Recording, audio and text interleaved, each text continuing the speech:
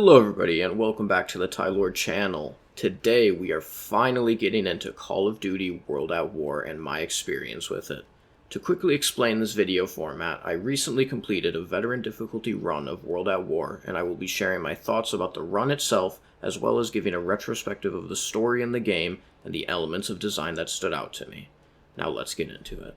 Call of Duty World at War is one of the most gripping games I have ever played. From playing through the destruction of Stalingrad to surviving a bonsai ambush, no other Call of Duty has since been able to capture the brutality and horror of war. World War II was the deadliest conflict in human history, and this game cements that into your head, educating and hopefully deterring future generations from adding to this unending violence. Before getting into it, I wanted to add a quick disclaimer. Throughout this video, I will be referring to as Germans, even though I know this isn't completely accurate.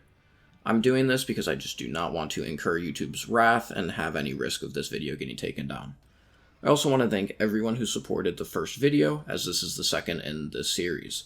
I will be doing a video for every Call of Duty up until Black Ops 2, and possibly even more. So if you enjoy and would like to see more, make sure to subscribe and keep an eye out.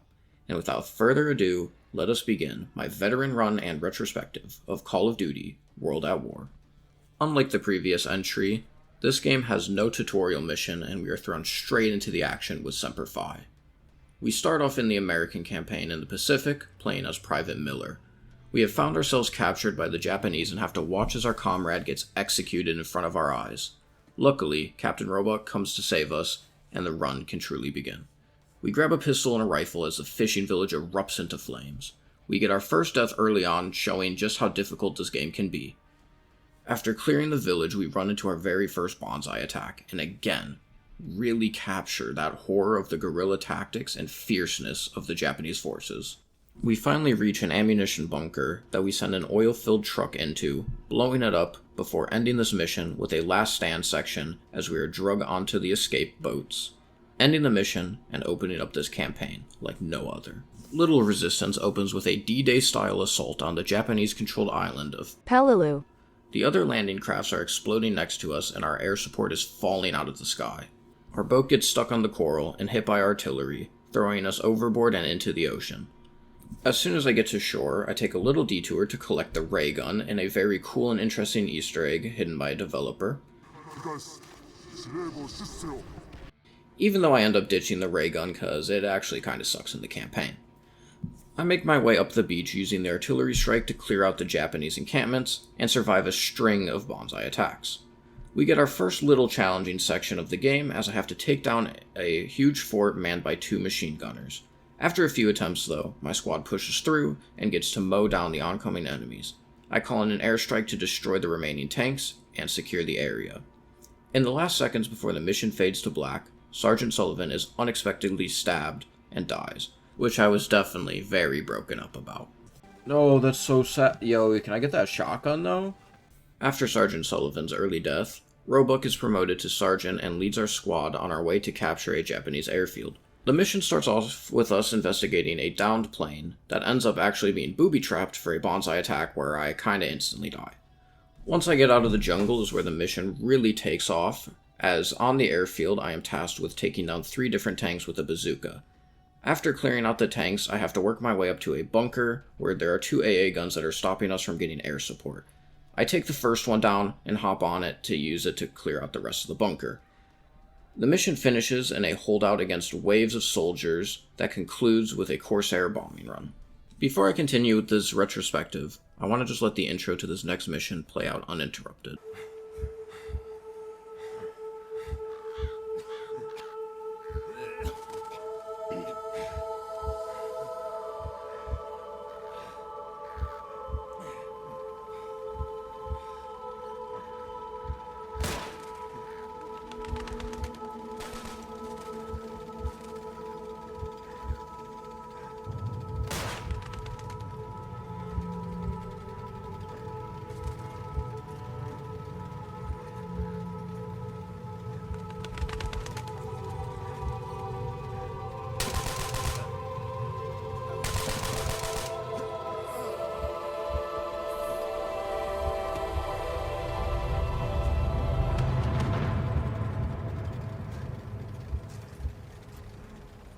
Vendetta is quite possibly my favorite mission in all of Call of Duty, and perfectly encapsulates the feeling of World at War.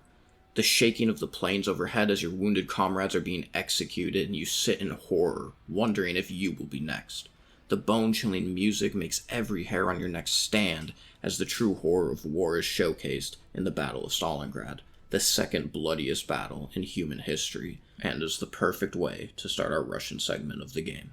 After sitting paralyzed in fear as the German soldiers pass, I, Private Petrenko, gather enough strength to crawl forward and meet the fan-favorite character of Sergeant Viktor Reznov, who is voiced by the extremely talented Gary Oldman. Reznov tells us that he needs our help in assassinating the German general leading this assault against Stalingrad. We snipe the sitting German soldiers in timing with the bombers flying overhead to mask our shots. To hide from approaching tanks, we move indoors and end up in a sniper duel, which is notorious as the sniper can one-shot you and reaction time is everything. Luckily on my third attempt, I hit a nice little mini flick to win our duel. Our position gets revealed during this fight though, and they light the entire building ablaze, crawling under the fire as we try to escape. It took me 15 minutes to complete the sequence as I kept dying over and over to the fire and soldiers in this cramped space. This section finally ends with us leaping out of the building and our allies coming to the rescue and giving us a squad to aid us in tracking down the general to his final location, where we are able to eliminate him with a well-placed sniper shot. Reznov and I have to make one more daring escape as we run through the building past the soldiers and jump into the river below. We awaken 3 years later in Germany and find ourselves captured by the local Germans and are about to be executed before a familiar face, Reznov, blasts through the wall to free us from these fascists. Reznov also drops the coldest line, just listen to this. Then maybe our friend will help them bleed faster. We start by burning the wheat fields and chasing down the Germans who are fleeing from the advancing Red Army. And this is where Reznov title drops the mission. You see how things have changed, my friend.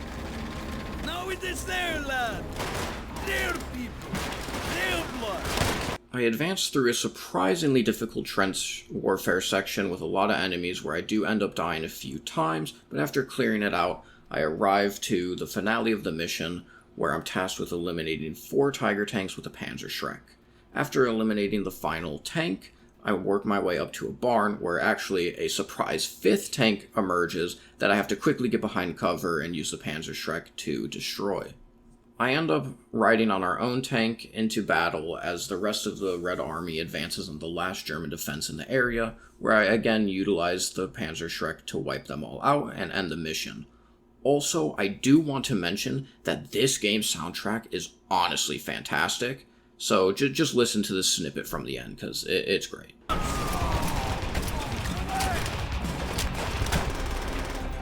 Now, heading back to the Pacific as Private Miller, we get to start out this next mission with a flamethrower, which is very, very fun to use. I head on down into the trenches to take out 3 mortar pits, which are stopping our tanks from advancing. Trench warfare in this game is extremely difficult, as all of the enemies have an extremely fast time to kill. I do end up dying a few times here before I'm able to get into that first pit and burn it to a crisp. Now, heading to the next pit, there is another trench section where there are enemies surrounding us all the way from above, and I keep dying to this one guy behind a log. It was honestly making me pretty frustrated during this part, but I do end up pushing through to the second pit and clearing it out. Here, though, I do meet just the most invincible sniper in the game. Just look at this guy, he's insane. I don't even know what's going on. We got snipers in the trees! Take cover! Behind the barrel! The final bunker is located on the other side of a winding and narrow cave, filled to the brim with gunners and bonsai attackers. Luckily, the little ghillie suits they wear seem to be pretty damn flammable, and after a few attempts I take out the final mortar crew and move on to the next mission. Riding on the back of a tank further into the island, I am quickly ambushed and killed to kick this mission off to a hot start. This is really the first mission where I get to experience the grenade spam and difficulty of this game, as hiding behind nadeable cover makes this section extremely challenging, as for some reason Treyarch decided to program every enemy in this game with a bottomless bag of grenades, and all they want to do is freaking chuck it at you. But anyway, I forced my way up this hill, battling the Japanese defensive posts and eliminating the anti-tank positions. This was by far the hardest mission I had played up until this point, and gave me a little bit of taste of what would be in store for me from here on out. The flame tank shoves its way up to the mouth of a cave to help eliminate the rest of the outside forces. I go inside the cliffside cave, being used to house artillery raining down shells on the US fleet. Clearing it out means we finally take control of Peleliu. These last two missions weren't particularly exciting from a gameplay or story perspective, as we aren't introduced to anything new, but did ramp up the difficulty and showed how hard this game can be in close quarters combat situations. And with seemingly never-ending grenade spam, I knew that the rest of this campaign would be extremely difficult. The middle section of this game feels a little bit repetitive, as the American portion of the campaign always did feel weaker compared to the Russian side, but this may just be my personal opinion, and anyway, we're going back to play as the Russians anyway, so let's get into it. Back as Petrenko on the Eastern Front, I get a vehicle mission where I control a tank equipped with flamethrowers and obviously a very large cannon. The Soviets are trying to break the final German line holding back the Red Army from sieging Berlin. This is one of the shortest missions in the game. It took me only about 10 minutes to complete, and I did not die a single time, which is very surprising on veteran difficulty, but the mission is quite easy as long as you don't get too close range, and you can just drive around at full speed, shooting all the tanks and the German encampments. After having a little bit of well-deserved fun and relaxation after having completed the prior very difficult missions, it was nice just to get to blow everything up and enjoy it a little bit. Finally, though, we complete the mission and pack into some train cars like a bunch of sardines with my fellow comrades, which had to have stunk horribly, because these are a bunch of just grizzled war men. I don't think they've showered in probably months. I don't know what's going on in there. But anyway, we're heading to Berlin in the second half of the campaign. Back on the ground with the Red Army, we hop off the train car and instantly are greeted with a burned-down Pankow, which is on the eastern outskirts of Berlin. I love the atmosphere and intensity of fighting in the streets of Pankow in Berlin, and love to be back in this environment rather than just some random island jungles that I don't really care about. The war on the Eastern Front was by far the deadliest and had the biggest post-war impacts in the rebuilding of all of these cities.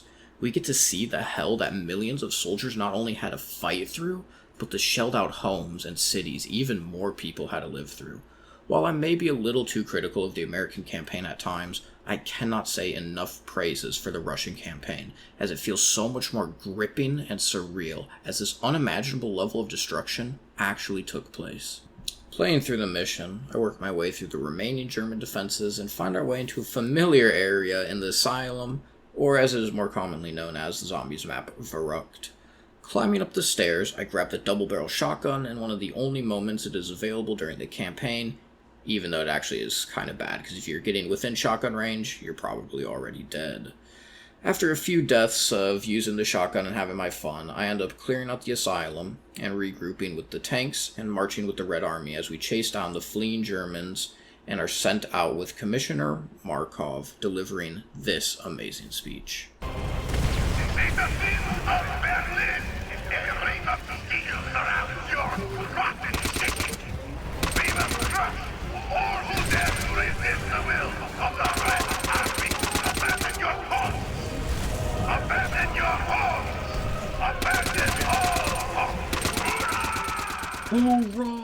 Eviction starts with me showing mercy to a German soldier. I begin to clear out the remaining Germans hiding amongst the ruined city, desperately calling for help as bombs rain down, shaking the whole screen and earth. This mission is quite difficult as most of it is in close-quarter combat situations, and we do end up dying a few times before I'm able to clear out the first building, as Reznov decides to show us the true might of the Red Army. Hey. Reznov! Upon exiting the building, the cinematic effect is at an all-time high as the rain falls and the music intensifies while the Red Army overwhelms Berlin. Chasing the Germans back to the underground metro, I am confronted with 3 soldiers surrendering and choose to once again show them mercy by shooting them, even though all my homies are holding up Molotov cocktails ready to send them to hell already burning. The train station is relatively easy to clear out, fighting enemies on both sides of the track as I do have ample cover. Pushing to the end of the tunnel, Reznov struggles to open a door to get us out as the Germans set off a bomb and flood the tunnel, and a massive wave of water rushes towards us, engulfing us and sending the screen to black. The next mission, Black Cats, is a little bit weird as we play as Petty Officer Locke in the only time we will see him in this campaign, and is an entirely on-rail mission playing as a gunner on a PBY Catalina as we engage a Japanese merchant fleet supplying the troops on Okinawa. Jumping between all the different guns from back to side to bottom is extremely fun and a nice break from the difficult close combat I had gotten used to.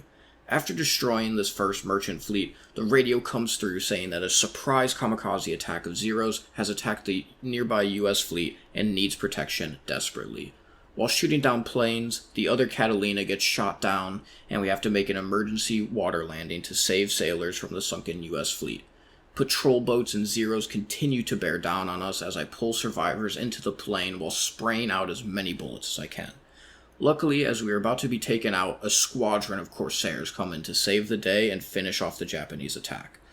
Though I do think the positioning of this mission in the campaign is weird, as it is kind of just sandwiched in between a cliffhanger in the Russian campaign and the finale of the American campaign, I really enjoy just getting to relax and hold down the trigger before getting into the final few missions of the game. In the penultimate mission of the American campaign, I am back to playing as Private Miller, as our squad is now on the island of Okinawa with the promise that if we take the island, we get to go home.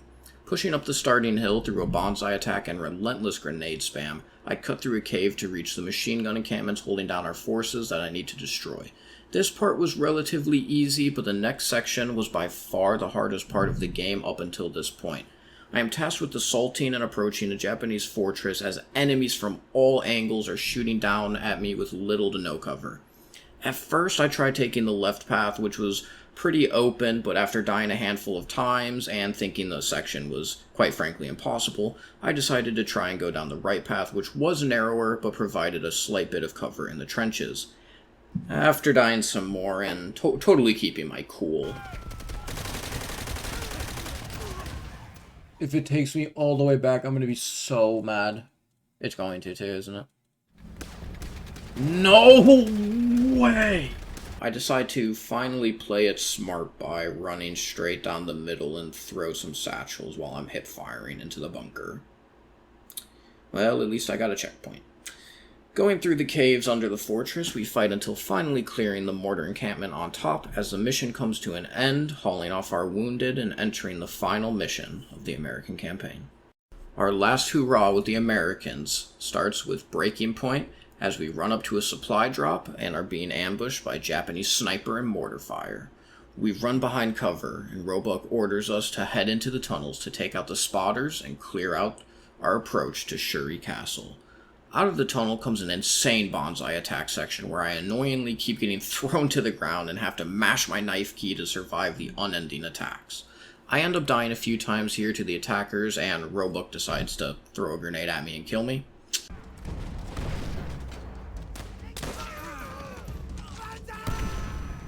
Bro, I got f***ing naded by Roebuck. Finally, though, I am able to move up inside the castle grounds and get a very satisfying section of getting to just chuck mortars by hand and clear out the pits. Once the outside perimeter has been cleared out, we move inside the courtyard of the castle to see Japanese soldiers appearing to surrender. They end up whipping out grenades and turning on us, and sadly I was only able to save Private Polanski. But I was not able to save the sergeant, and Roebuck does tragically die. We don't even have time to grieve Roebuck as the final onslaught of Japanese resistance throws down a cloud of smoke and rushes us. Calling in an airstrike and finishing off the remaining forces, the mission ends with us getting Roebuck's dog tags as we hear again his final speech. This is the enemy's last stand. When we take Shuri Castle, we go home. All of us. Sinking in the fact that not everyone gets to come home from war. Heart of the Reich opens up with Reznov pulling us out from the flooded metro and calling the troops to action, while he hands Chernov the flag to carry into battle. Which do you think will lead us home? Writing about this war or fighting it? Germany in the blood. No one will ever read this! To kill for your country, and show me that you are willing to die for it. The last thing we need to do in order to take Berlin and end this war is capturing the Reichstag, the heart of the Nazi Party. The Germans' last stand is intense, with turrets posted everywhere and an unending wave of enemies with 1,000,000 grenades. The final section of this level sees us trying to push inside the Reichstag, and is easily the hardest part of the entire game, and possibly in all of Call of Duty history. I'm going to go into a little bit of a rant mode as these clips of me dying repeatedly to grenades plays in the background, but oh my god, is this by far the hardest thing I have ever played in Call of Duty, and I was just raging the entire time, saying the game was bad, saying this run was impossible, because just look at this. There's literally like one sandbag, maybe two, on either side of the staircases, there's 50 grenades on my screen. They decide that every freaking enemy in the entire game just has a quadrillion grenades, and all they do is chuck them at you, and I'm just trying to climb up these stairs, and for some reason I get to the top, and nothing happens, and everybody's just sitting back doing nothing. There's not a single checkpoint, and just trying to get up these single flight of stairs took me an hour to complete. And by the end of it, I was tilted beyond all belief. Just see some of these clips. No. What is that? There's no grenade indicator.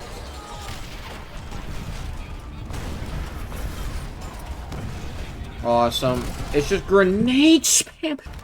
You cannot do anything. Look at that.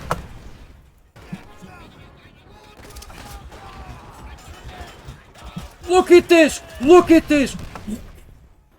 But finally, by pure luck, my comrades decide to actually do something and push up the stairs, progressing the mission, where we do sadly see Chernov get burnt to a crisp, as we finally get to push inside the Reichstag and enter the final mission of Call of Duty World at War. April 30th, 1945. When he first spoke of Dmitri, Reznov told tales of a hero. Someone we should all aspire to be like.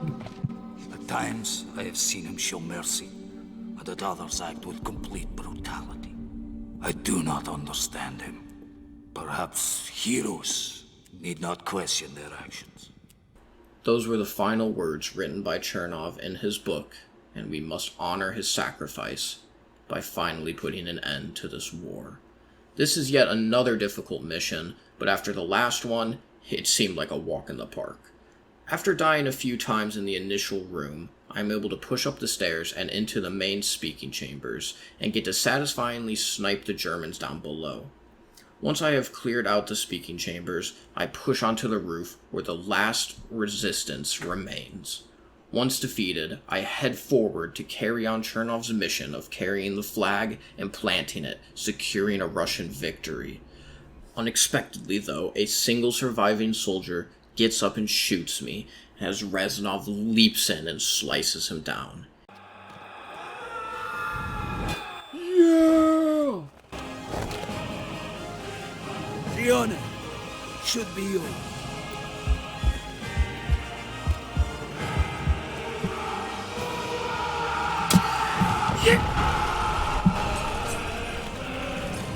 Yes, sir. As long as you live, the heart of this army can never be broken.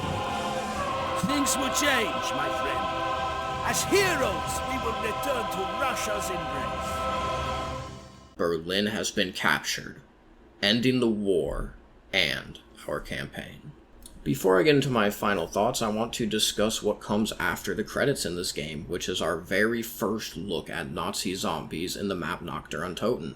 I know I mentioned Verrückt a little bit earlier in the run, but Call of Duty Zombies is by far my favorite game mode in Call of Duty history, and I spent so many nights trying to finish these Easter eggs. I remember even playing through it with my dad on Black Ops, and Call of the Dead being one of my favorite maps, which I'll get into that a little bit more once I do my Black Ops retrospective, but this is the game that kicked off that game mode, and this was the first ever time we saw this. Nazi Zombies is an incredible game mode, and I'm glad they ended up putting it in to test if it would work, and after its wild success, they decided to keep dropping DLC maps and bring it in as a staple in the Treyarch games. And now they're even adding it into non-Treyarch games as well.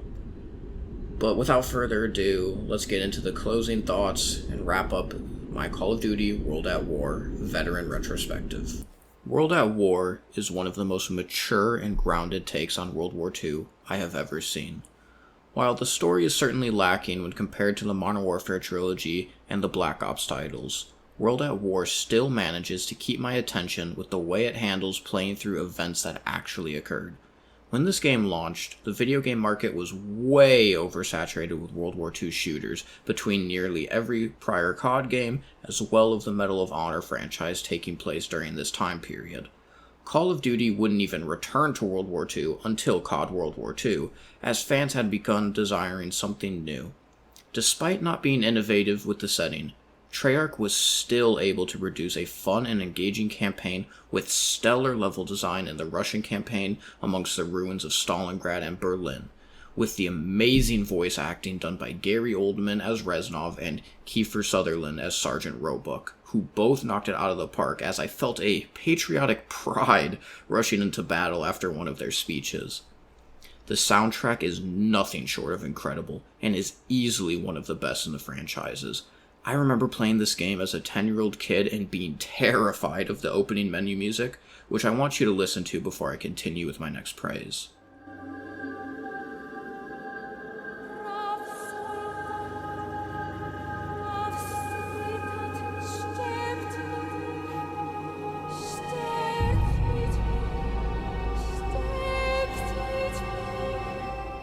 Booting this game up felt like I was hopping into a horror game, and Treyarch did a great job leaning into this as World at War is the scariest COD game in the franchise. Missions like Vendetta had goosebumps forming on my skin, and not knowing about the zombies mode after the credits made little me scream as the horde started sprinting my way. This game is simply darker in nature and tone than any other, and is probably my favorite aspect of playing through this campaign again. They showcase the horror of war to an entire generation, and how it's a terrible and destructive force that leaves only pain and suffering in its wake. Playing through the streets of Stalingrad and Berlin, which had been left in ruins after millions of bombs, was devastating, knowing that so many lives were lost, the most at any time in our long human history. With Roebuck's and Chernov's deaths and final words, the reality that so many soldiers never got to come home sinks in with the player, and I am left humbled after this game, knowing the bravery of so many people who fought to preserve the world from tyranny, and hopeful that something this terrible will never happen again. Overall, Call of Duty World at War is an amazing experience, and I would probably rate this campaign an 8 out of 10. Thank you all so much for watching, and I hope you enjoyed this run in retrospective. I am currently in the process of writing the script for my Modern Warfare 2 video, and appreciate all who stick around as I make this series. Until next time, peace.